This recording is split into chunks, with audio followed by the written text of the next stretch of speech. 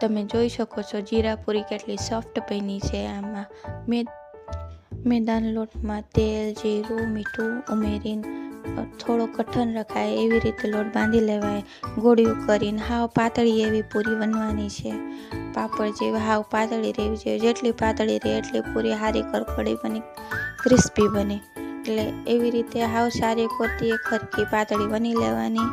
અમે એટલી બધી પૂરીઓ વણીને તૈયાર કરી છે અને હવે આપણે એને તળશું। હવે એક એક કરીને બધી પૂરીઓ હરકી રીતે